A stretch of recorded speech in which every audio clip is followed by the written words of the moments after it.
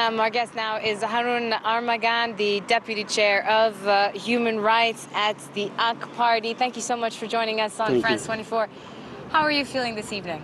I feel very good. The results is very good. But let me start by congratulating and saying a big thank you to hundreds of thousands of AK Party members and volunteers who work day and night to make sure that Turkey continues on a trajectory of economic prosperity and innovation.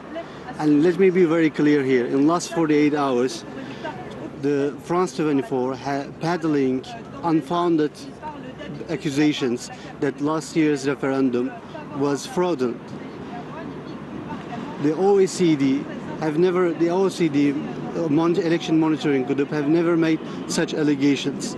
And I have to be very clear that for the first time in my life, I have been invited to many TV channels, but I'm sorry to say this, but your correspondent is a shameless liar. And you as Which correspondent is this? Your Ankara correspondent is a shameless liar. And you as French state television, you need to apologize for this. Well, there have been accusations of fraud, absolutely, at that time.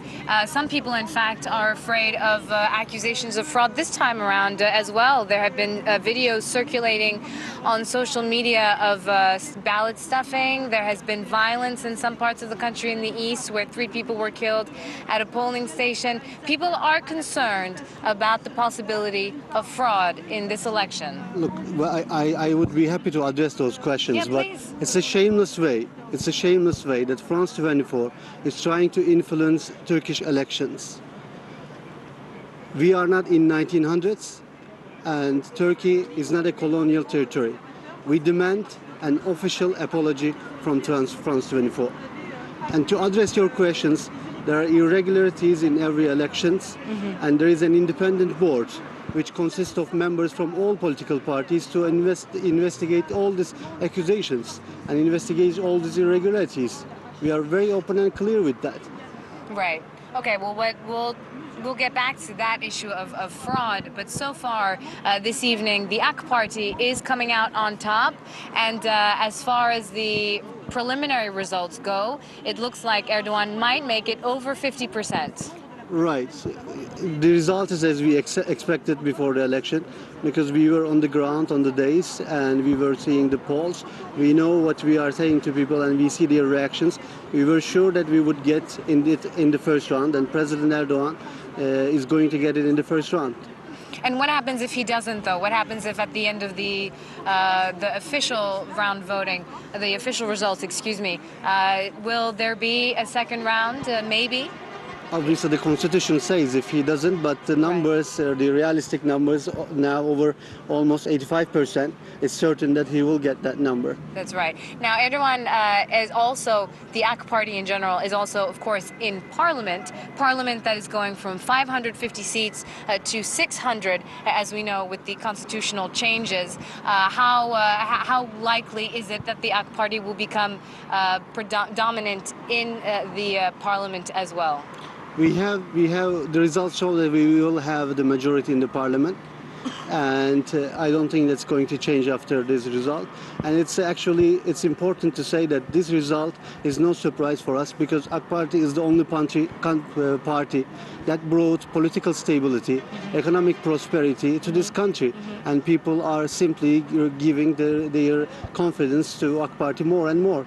That's right. Now, you as the Deputy Chairman of the Human Rights, I would be very interested in knowing what you say about these tens of thousands of people who have been fired from their jobs since the failed coup attempt in July 2016. How many people in Turkey have lost their jobs after that coup attempt? Can you tell us? Look, it's very important to understand that Turkey has been going through a coup attempt. A radical group tried to overthrow an elected government. Which radical group? The radical group, the Gülenist radical group, there's a cult, tried to overthrow an elected government, which would not be acceptable in any Western democracy. If you allow me to finish, if you allow me to finish, this is very important to understand the process. It's all these processes are judicial processes, and they have its checks and balances. If one person disagrees with all these decisions, they can actually apply to Supreme Court, Constitutional Court, and also they can go to European Court of Human Rights. Because we are part of European Convention of Human Rights, all these decisions are binding for us.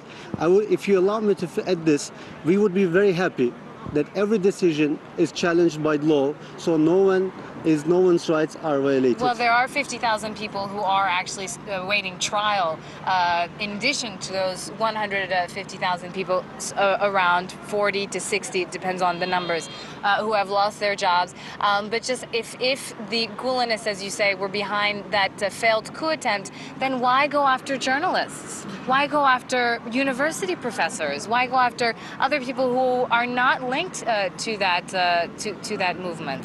Like I said, this is a judicial process. We are not going after of anyone. This is a judicial process, and as in all democracies, judicial processes are independent. We have checks and balances in our country, like any other democracy has, and we are happy that these decisions are all will be challenged by law. I could agree that some of the process in the judiciary is slow. We would accept that, but no one would expect that a huge number of cases would be opening, and we can't create new members to judiciary. But I can assure you that as in Turkey, we have our checks and balances. We have coordinated work with European Court of Human Rights, and the decisions from that body are also binding for us. We are very clear and transparent that we don't want anyone's rights violated. This is why the rule of law is in Turkey. Thank you so much for joining us. Thank you. I'm so sorry that Harun Armagan, we don't have any more time. But in any case, thank you so much for joining us on France 24. And I wish you an excellent evening. Thank you. Thank you. Thank you. Back to you, Sanam, in the studio. Shona Bhattacharya, I'm actually going to stay with you now, and I understand that your guest there, who's the vice chair of human rights for the ruling AK party, Harun Armagan, can't hear me, but I would like him to stay with you so that I can pose a question to him here from the studio. He is accusing our correspondent, Jasper Mortimer, based in Ankara, of inaccurately reporting fake news potentially. But what I'd like to talk about to him is the fact that Jasper has been speaking about this video of the incumbent president, Recep Tayyip Erdogan, where he called the AK officials to, quote, do their special work to keep the pro-Kurdish HDP party under the 10% threshold that they require to gain seats in parliament. Surely that in itself is a clear violation of the Kurdish people's rights. The presenter on the set right now, unfortunately you cannot hear her because of technical difficulties that we're having, but she would like to ask you about a video that's been circulating of Erdogan that's asking officials, party officials of the AK party to, quote, do their special work in relation to this election to make sure that other parties do not get past the 10% threshold in parliament.